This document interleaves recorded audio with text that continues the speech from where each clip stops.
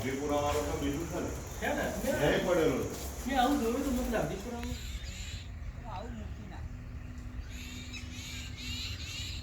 આ જગ્યાએ છે પોલ્ટ્રી ફાર્મની બાજુમાં, બરાબર?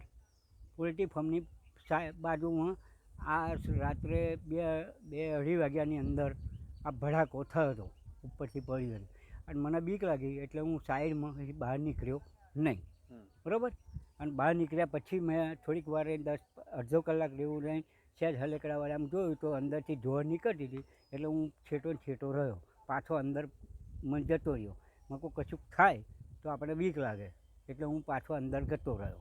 અને ફરી મેં થોડી વાર રહીને 4 5 વાગ્યા પછી 6 વાગ્યા પછી મેં સવારમાં આ ભાઈ આવ્યા ખેડૂત માલિક બીજા, એમને મેં કહ્યું કે ભાઈ આ વસ્તુ રાત્રે પડી છે.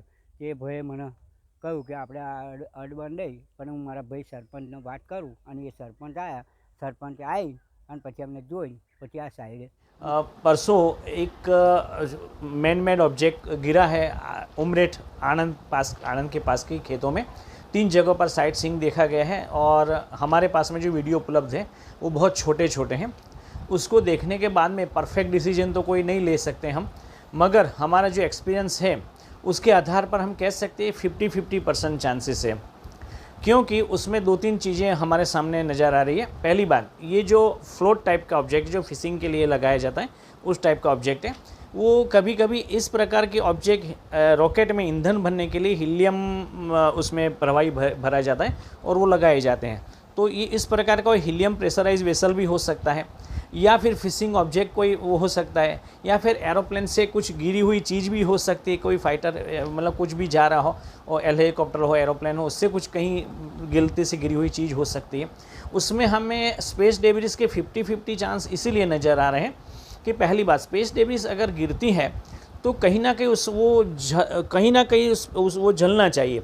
मगर जितना मेरे पास में वीडियो और फोटोग्राफ्स उपलब्ध है उसमें कहीं भी जलने का कोई दिख नहीं रहा है.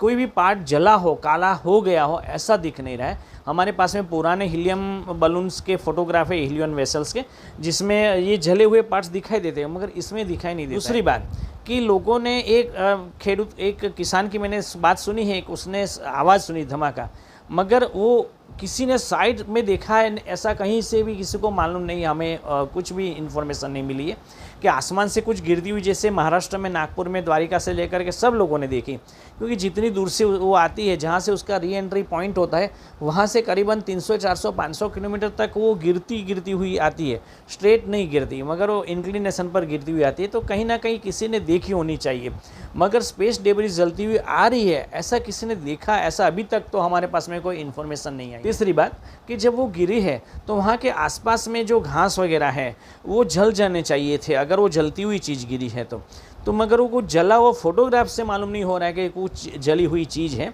और कुछ आसपास में कुछ जला हो. और इतना खड्डा भी नहीं दिखाई दे कि ये 10 से 15 किलो की चीज़ हमें लग रही है वर्तमान में ऐसा. तो ये इतना ऊपर से आता है जब वेसल या कोई भी चीज़ मैन मेड चीज़ टकराती है धरती से, तो छोटा सा खड्डा भी पड़ना चाहिए था, मगर ये खड्डा गिरा हुआ कुछ हमें आसार उसके नज़र नहीं आ रहे हैं.